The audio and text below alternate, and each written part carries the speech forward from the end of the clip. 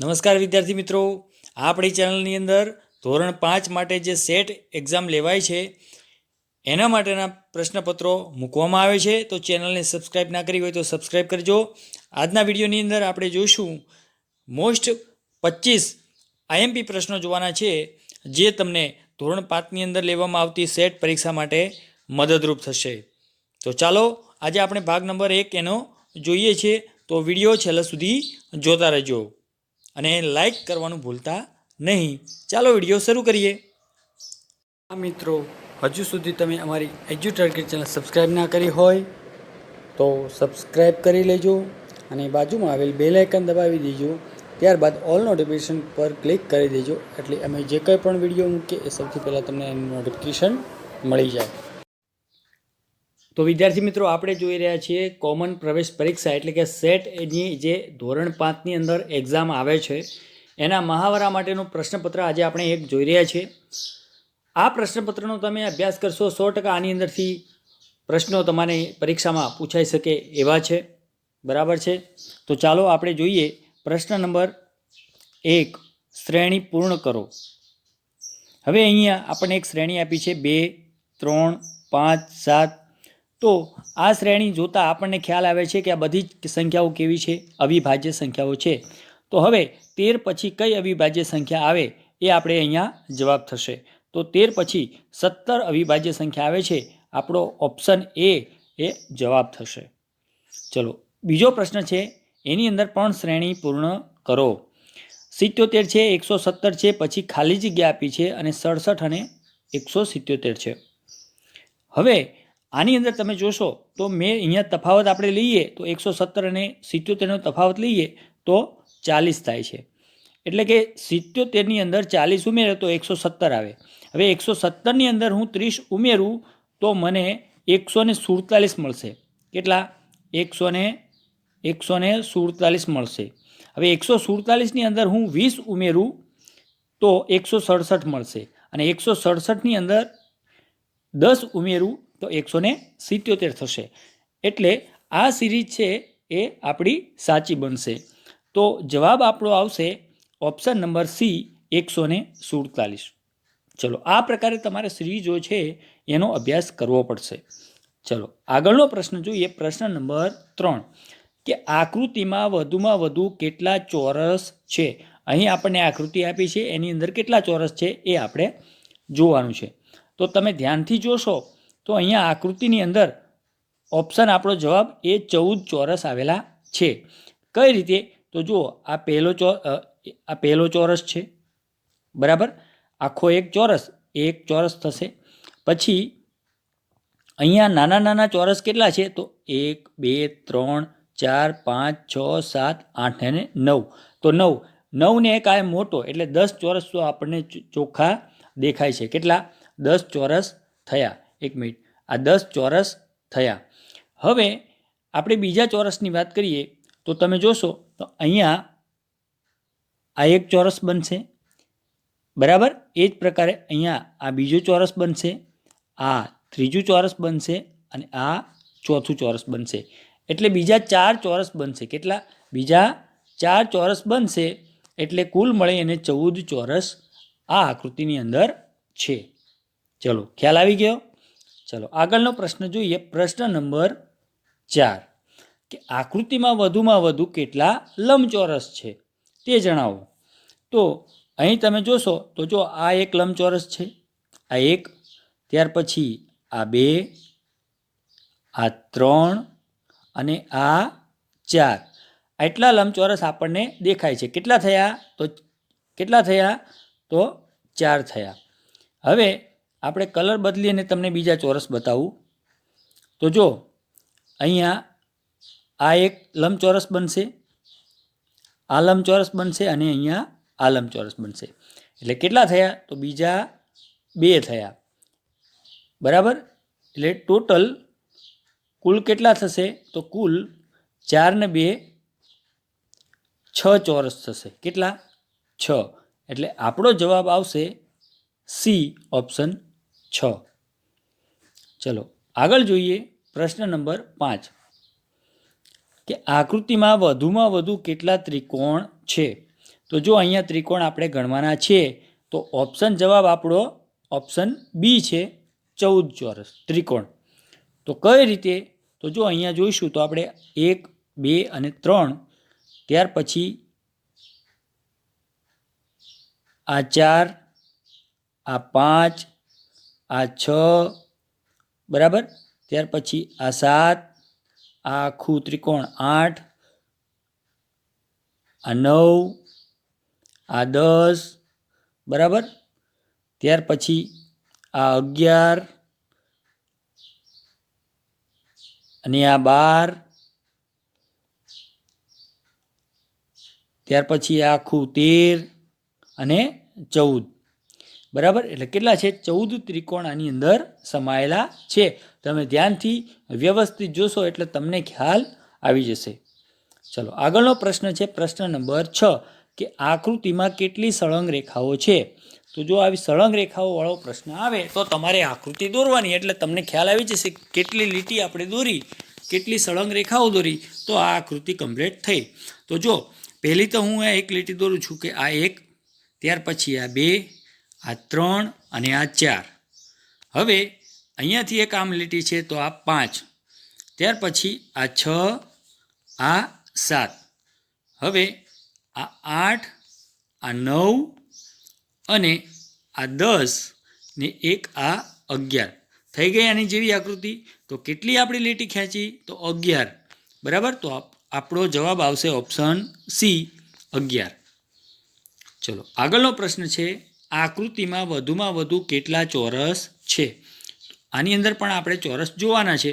તો જો અહીંયા પહેલો ચોરસ મોટો, ત્યાર પછી આ નાના નાના, આ બીજો, આ ત્રીજો, આ ચોથો અને આ 5મો, 5 થયા. ત્યાર પછી આ 6થો, આ 7મો, હવે 7 થયા. હવે એની અંદર પણ આ નાના છે, 7માં પછી આ 8, આ 9, આ 10, આ 11, બરાબર. હવે 11 થયા. હવે પછી એક આ 12, આ 13, 14 અને 15, આ 15 ચોરસ આની અંદર સમાયેલા છે. એ પણ તમે ધ્યાનથી જોશો તો તમને ચોક્કસથી ખ્યાલ આવી જશે. ચલો એટલે આપણો જવાબ થશે ઓપ્શન બી, 15. હવે આગળ જોઈએ પ્રશ્ન 8 કે હોસ્પિટલ શબ્દના અંગ્રેજી મૂળાક્ષર પરથી નીચે પૈકી કયો શબ્દ બનતો નથી? તો હોસ્પિટલ શબ્દ છે એની અંદર કયો શબ્દ બનતો નથી? તો જુઓ ઓપ્શન સી છે એ આપણો જવાબ છે. કેમ? તો જે આર છે અહીંયા સોલારમાં જે આર છે, આર હોસ્પિટલની અંદર ક્યાંય છે નહીં, એટલે આ શબ્દ છે બને નહીં. ચલો 9મો પ્રશ્ન જોઈએ કે માઉન્ટેન શબ્દના અંગ્રેજી મૂળાક્ષર, માઉન્ટેન શબ્દના અંગ્રેજી મૂળાક્ષર પરથી નીચે પ્રકારે કયો શબ્દ બનતો નથી? તો જો અહીંયા આપણો જવાબ છે ઓપ્શન બી. કેમ? તો એની માઉન્ટેનની અંદર ઈ ક્યાંય છે નહીં. શું કીધું? કે અહીંયા જે ટેનિસની અંદર ઈ છે, આ માઉન્ટેનની અંદર ક્યાંય સમાવતો નથી, એટલા માટે આપણો જવાબ ઓપ્શન બી ટેનિસ થશે. ચલો 10મો પ્રશ્ન છે કે અંગ્રેજી મૂળાક્ષરનો સાચો એબીસીડી ક્રમ શોધો. તો અહીંયા એબીસીડી પ્રમાણે તમારે જોવાનું છે. તો જો પહેલાં બધાની અંદર બી છે, બરાબર. હવે પછી બધાની અંદર ઈ પણ છે, બરાબર. એટલે પહેલાં બી આવે, પછી એબીસીડીની અંદર ઈ આવે, અને પછી શું આવે? તો આય આવે. શું આવે? આય આવે. તો આની અંદર પણ આય છે અને આની અંદર પણ આય છે. આની અંદર આય નથી, એટલે આ તો ઓપ્શન આપણે ડિલીટ મારી દે, કેન્સલ કરી દેવાના. હવે પછી શું આવે? તો આય પછી એલ આવે. તો જો આની અંદર પણ એલ છે અને આની અંદર પણ એલ છે. હવે પહેલાં એબીસીડીની અંદર ઓ આવે કે એમ આવે? તો પહેલાં આવે એમ, એટલે સાચો જવાબ આપણો ઓપ્શન સી થશે, બરાબર. ચલો આ પ્રકારે તમારે એબીસીડીના ક્રમ પ્રમાણે આ મૂળાક્ષરો છે એને ગોઠવવાના હોય છે. હવે આવે છે પ્રશ્ન નંબર 11 કે મૂળાક્ષરોનો સાચો ક્રમ ABCD પ્રમાણે શોધો. તો આપણે જોઈ ચૂક્યા પ્રશ્ન.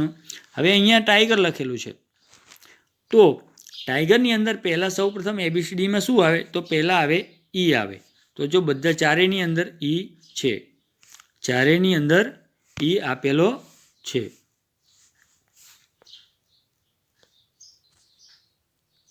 તો હવે બીજો અક્ષર આપણે જોવાનો છે, તો જી બરાબર. તો બધાની અંદર જી પણ છે. ત્યાર પછી શું આવે? તો કે આઈ. તો આની અંદર આઈ નથી એટલે એ કેન્સલ. આર છે, આની અંદર પણ આર છે એટલે એ પણ કેન્સલ થશે. હવે અહીંયા પણ આઈ છે અને અહીંયા પણ આઈ છે. તો હવે આઈ પછી શું આવે? તો આઈ પછી આર આવે. તો એટલા માટે ABCDમાં આપણો ઓપ્શન અહીંયા ડી એ જવાબ થશે. ચલો 12મો પ્રશ્ન છે કે ગુજરાતી મૂળાક્ષરોને નીચે મુજબ અંકમાં દર્શાવી સાચો વિકલ્પ પસંદ કરો. તો જો અહીંયા છગન છે તો શું થાય? છગનનું એ આપણે કહેવાનું છે. છગનનો અંક કયો થાય? તો જો 6 માટે કયું છે? તો 6 માટે છે 4. તો 4. ત્યાર પછી ગ માટે 2 અને પછી ન માટે 3. તો 423 એટલે ઓપ્શન સી આપણો જવાબ થશે. ચલો એવો જ પ્રશ્ન છે પ્રશ્ન નંબર 13 કે ગુજરાતી મૂળાક્ષરોને નીચે મુજબ અંકમાં દર્શાવી સાચો વિકલ્પ પસંદ કરો. તો જો અહીંયા મગન અને નયન એટલે મગન ઓછા નયન, તો મગનમાંથી નયન બાદ કરવાના. તો સૌ પ્રથમ આપણે અંક શોધીએ કે કઈ સંખ્યા થાય છે. તો મગનની કઈ સંખ્યા થશે? તો મ માટે 5, મ માટે 5, ગ માટે 2 અને ન માટે 3. એનાથી બાદ કરીશું ન માટે 3, ય માટે 7 અને ન માટે 3. તો અહીંયા બાદબાકી કરીશું તો અહીંયા 0, અહીંયા ઉપર 10, તો અહીંયા રહેશે 5, 12માંથી 7 જાય તો 5 અને અહીંયા ચેકીને ઉપર 4 રહેશે. તો અહીંયા 4માંથી 1 જાય તો 4માંથી 3 જાય તો 1. એટલે ઓપ્શન ડી 150 આપણો સાચો જવાબ થશે. ચલો આગળનો પ્રશ્ન જોઈએ કે જુદી પડતી આકૃતિ શોધો. તો અહીં તમે જોશો તો પહેલી જે આકૃતિ છે આ આકૃતિ એની અંદર 3 ખૂણા છે અને 3 એની અંદર 0 આપેલા છે એવું સમજો. આપણે આની અંદર 4 ખૂણા છે, બીજી આકૃતિની અંદર 4 ખૂણા છે અને 4 0 આપ્યા છે. આ ડી આકૃતિની અંદર 1 2 3 4 અને 5 ખૂણા છે અને 5 0 આપ્યા છે.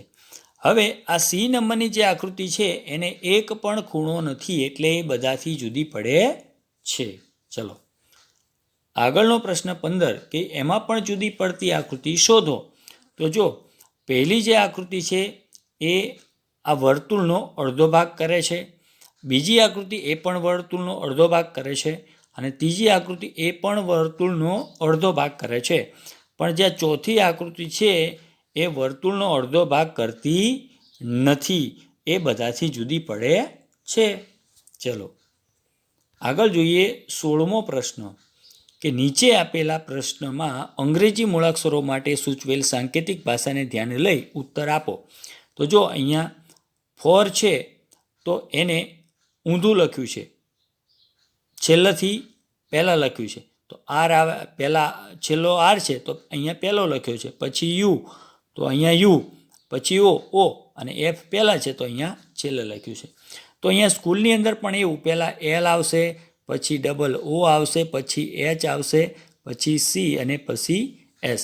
તો આવો ઓપ્શન છે ઓપ્શન બી. બરાબર, જોઈ લો. હવે અહીંયા પ્રશ્ન નંબર 17 કે ઝેડ બરાબર 1 હોય અને વાય બરાબર 2 અને એ બરાબર 26 હોય, એટલે કે એબીસીડી હોય આખી, એમાં છેલ્લેથી નંબર આપ્યા છે.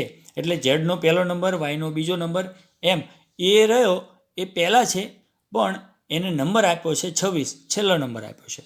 એ પ્રકારે તમે નંબરની ગણતરી કરો તો બી છે એનો નંબર કેટલો આવે? એ 26 છે તો બી 25 થશે.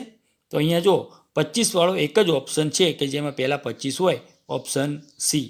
પછી બુક તો ડબલ ઓ છે તો એ 12 થશે અને કેનો નંબર 16 આવશે. એબીસીડી અંદર તમે એબીસીડી લખી અને પછી એને નંબર આપશો એટલે તમને આનો જવાબ તરત ખ્યાલ આવી જશે.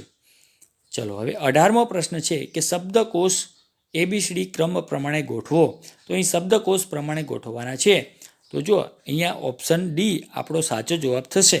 કેમ કે પહેલાં સી આવે છે તો બધાની અંદર સી છે, પછી એ આવે તો બધાની અંદર એ છે. હવે આની અંદર નથી તો એ છેલ્લો રહેશે. જેની અંદર હોય એ આપણે પહેલાં લેવાના. પછી એન, આર, ટી અને પી. તો પહેલાં એન આવે, આર આવે, ટી આવે કે યુ આવે. બરાબર, આ યુ વાળું તો પાછળ જ રાખવાનું છે, આ એની અંદરથી જોવાનું છે. તો અહીંયા પહેલાં એન આવે તો પહેલાં એન વાળું એટલે કેન, કાર, કેટ અને કપ આપણો સાચો જવાબ થશે. ચલો આગળનો પ્રશ્ન કે મૂળાક્ષર કક્કાવારી પ્રમાણે શબ્દ ગોઠવો. તો સૌ પ્રથમ અહીંયા તમે જોશો તો ઓપ્શન આપણો ડી છે એ જવાબ છે. કેમ તો કે વ, પહેલાં વ આવે તો બધાની અંદર અહીંયા વ છે. બરાબર, પછી તો ન આવે તો અહીંયા વ ન. તો એવો એક જ ઓપ્શન છે કે આ વનરાજા રહ્યું એ સૌથી પહેલાં આવે.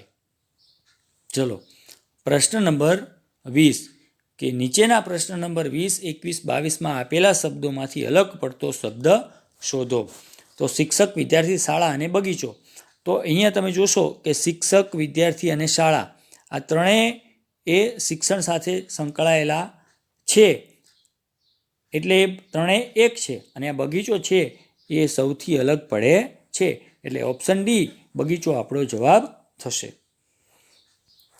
આગળ 21મો પ્રશ્ન કે મગ, જુવાર, ચણા અને તુવેર.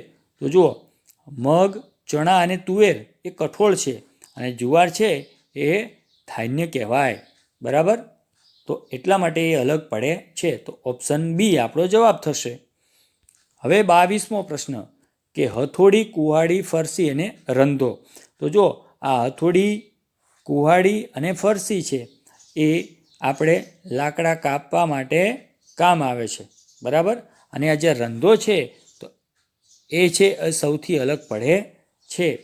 લાકડું છોલવું હોય તો રંધાનું કામ છે, કાપવાનું રંધાનું કામ છે નહીં.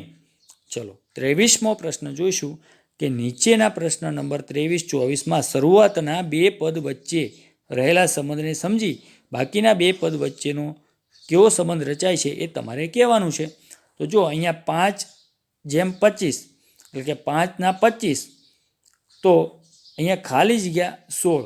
તો 5 ગુણ્યા 5 એટલે 5નો વર્ગ કરીએ તો 25 થાય. તો કોનો વર્ગ કરવું તો 16 થાય. તો 4નો વર્ગ કરો તો 16 થાય એટલે ખાલી જગ્યામાં 4 આવે. ઓપ્શન ડી આપણો જવાબ થશે. હવે અહીંયા 24મો પ્રશ્ન કે મીટર તો સેમી, તો કિલોગ્રામ તો આવશે મિલીગ્રામ. બરાબર, શું આવશે? મિલીગ્રામ. મીટરનો. ચલો આગળનો પ્રશ્ન નંબર 25. અહીં આપણને દર્પણ આકૃતિ આપી છે. હવે દર્પણ આકૃતિમાં કેવું હોય કે જે ડાબી બાજુ હોય એ જમણી બાજુ થઈ જાય તમે અરીસામાં જુઓ એટલે. બરાબર, અને જમણી બાજુ હોય તો ડાબી બાજુ થઈ જાય. તો જુઓ અહીંયા આ 0 છે એ ડાબી બાજુ છે તો અહીંયા જમણી બાજુ થઈ ગયું. અને આ જે ગુણાકારની નિશાની છે એ જમણી બાજુ છે તો અહીંયા ડાબી બાજુ થાય છે. એ જ પ્રકારે અહીંયા ભાગાકાર અને સરવાળાની નિશાની એકબીજી બદલાઈ જાય છે. તો ઓપ્શન બી આપણો સાચો જવાબ થશે. એટલે તમે ક્યારેય આવી રીતે અરીસાનું જોવું હોય તો તમે જોઈ શકો છો. બરાબર છે, કે ડાબું હોય તો એ જમણું થઈ જાય અને જમણું હોય તો ડાબું થઈ જાય. ચલો આગળનો પ્રશ્ન છે પ્રશ્ન નંબર 26. તો અહીં મિત્રો આપણે અહીંયા 25 નંબરના પ્રશ્ન સુધી આપણે આ પેપરનું સોલ્યુશન કરીએ છીએ. આગળનો ભાગ આપણે હવે પછીના વિડીયોમાં જોઈશું. તો વિડીયો ગમે તો લાઈક કરજો અને તમારા મિત્રો સુધી આ વિડીયોને વધુમાં વધુ શેર કરજો.